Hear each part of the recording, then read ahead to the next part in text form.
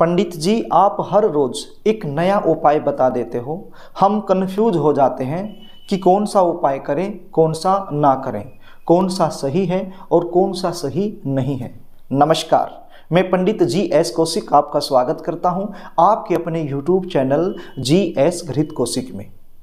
मेरे पास कुछ phone calls ऐसे आए कि पंडित जी हम कंफ्यूज हो जाते हैं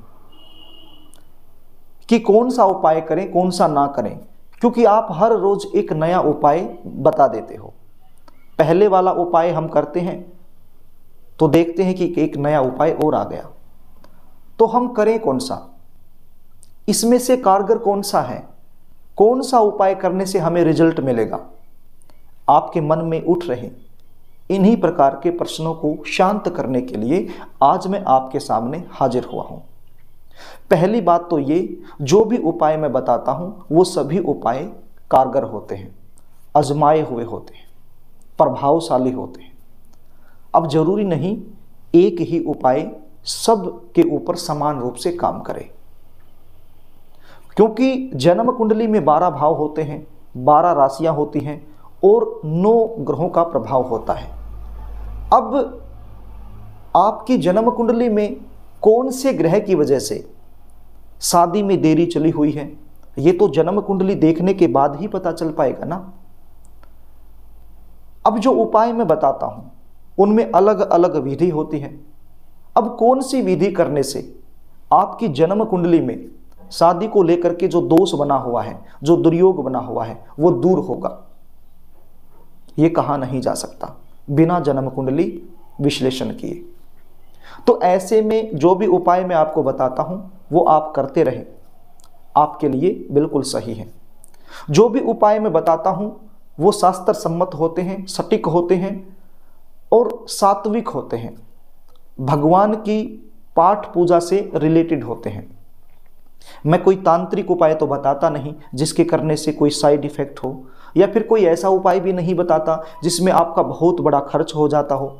बिल्कुल सात्विक उपाय और बिना खर्चे के उपाय मैं आप लोगों को बताता हूं। तो यदि आप एक से अधिक उपाय कर भी लेते हैं तो प्रॉब्लम क्या है? दूसरी बात, अब मान लीजिए मैं किसी उपाय में पीपल के पेड़ का जिक्र करता हूं, तो जरूरी तो नहीं है कि सबके पास पीपल का पेड़ मिले। मेरे पास ऐसे भी फोन कॉल्स आते हैं कि सर हमारे पास तो पीपल का पेड़ है नहीं, तो हम ये उपाय कैसे करें? मान लीजिए किसी उपाय में मैं गाय का जिक्र करता हूं, तो बहुत सारे ऐसे फोन कॉल्स भी आते हैं कि सर हमारे पास तो गाय है नहीं, हमारे आसपास भी गाय नहीं है, तो हम ये उपाय कैसे करें? और ऐसे भी फोन कॉल्स आते हैं कि सर इस समय तो हम घर से बाहर हैं, कहीं गए हुए हैं, या फिर हम शुद्ध अवस्था में नहीं हैं, हम उपाय करने के योग्य नहीं हैं, तो हम क्या करें? तो ऐसे में मैं उन लोगों को एक ही बात कहता हूं कि आप YouTube चैनल से लगातार जुड़े रहें। ये उपाय आप नहीं कर सकते हैं तो मैं एक नया उपाय और डाल दूंगा, वो आप कर लीजिए। हो सकता है कि वो चीजें आपके पास अवेलेबल हों, तो इसलिए भी मैं हर रोज नया नया उपाय बताता हूं। अगली बात, ये YouTube प्लेटफॉर्म एक ऐसा प्लेटफॉर्म है, इसमें हर दिन नया दर्शक जुड़ता रहता है।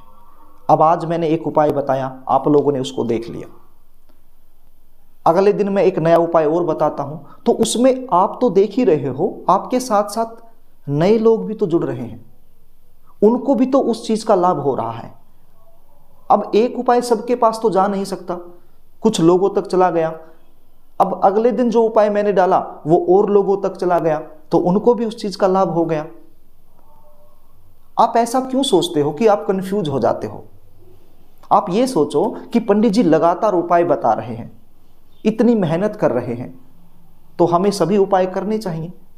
यदि 2, 3, 4, 5 उपाय कर लिए जाए तो प्रॉब्लम क्या है? ये तो आपके फायदे की ही बात है ना। अगली बात ये कि जब आप कोई उपाय कर रहे हैं, हो सकता है उस समय आपका मन भटक जाए, आपका ध्यान ना लग पाए, तो वो उपाय आपके लिए इतना प्रभावशाली सिद्ध ना हो, तो आप दूसरा उपाय कर रहे हैं, हो सकता है उस समय आपका ध्यान और ज़्यादा लग जाए, तो उस उपाय करने से आपका रिजल्ट आ जाए। तो इसलिए एक से अधिक 2 उपाय करने में हर्जाना क्या है। इसलिए मैं हर दिन एक नया उपाय लेकर आपके सामने उपस्थित होता हूं, ताकि कोई भी उपाय करने से वंचित ना रहे। तो प्रिय दर्शकों, आपके मन में उठ रहे प्रश्न शांत हो गए होंगे। आपको इस प्रश्न का जवाब मिल गया होगा कि मैं हर दिन नया उपाय क्यों बताता हूं। यदि कार्यक्रम आपको अच्छा लगे तो इस वीडियो को लाइक कर देना, शेयर कर देना, कमेंट भी करना। आज के लिए बस इतना ही, आगे फिर मिलेंगे, तब तक के लिए नमस्कार।